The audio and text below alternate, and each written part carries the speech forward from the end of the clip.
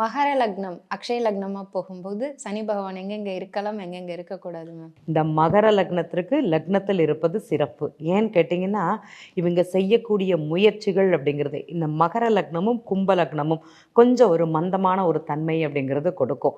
நான் எதையுமே ஈஸியா செய்ய மாட்டேன். என்ன நெறைய வீடியோக்கள்ல பதிவு பண்ணியிருப்பேன். ஒரு இடத்துலேருந்து என்ன பின்னாடி இருந்து ஒரு ஆள் தள்னா தான் அது செயல்படக்கூடிய நிலை அப்படிங்கிறது அவங்களுக்கு இருக்கும்.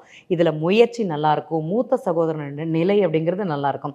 சிலருக்கு இந்த 2ஆம் திருமண யோகத்தை கொடுக்கக்கூடிய ஒரு தன்மை இந்த சனி பகவான் கொடுப்பாரானா கண்டிப்பாக கொடுப்பார். நிறைய பேருக்கு பார்த்தீங்கன்னா இந்த மகர லக்னம், கடக லக்னம், சிம்ம லக்னம், கும்ப லக்னத்திற்கு களத்திரம் அப்படிங்கிறது சரியா அமையாது.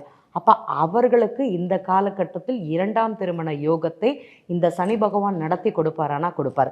நண்பர்கள் மூலமான ஒரு ஆதாயம்ங்கிறது இருக்கும். அதே மாதிரி தகவல் தொடர்பு மூலமான லாபம்ங்கிறது இருக்கும். ரொம்ப ஹார்ட் ஒர்க் பண்ணி வேலை பார்க்கணுங்கிறது கிடையாது. நல்லா லேசி ஒர்க் பார்த்தா கூட ஒரு லாபம்ங்கிறது இவருக்கு கண் முன்னாடி வந்து நிற்கும்னு சொல்லுவோம்ல. அவன் உழைக்கவே இல்லை, இவனுக்கு பார்த்தீங்கன்னா கொட்டி கொடுக்குறாருன்னு. இந்த சனி பகவான் தான் மகர லக்னத்திற்கு லக்னத்தில் இருந்து செய்யக்கூடிய ஒரே கிரகம் அப்படிங்கிறது சொல்லலாம்.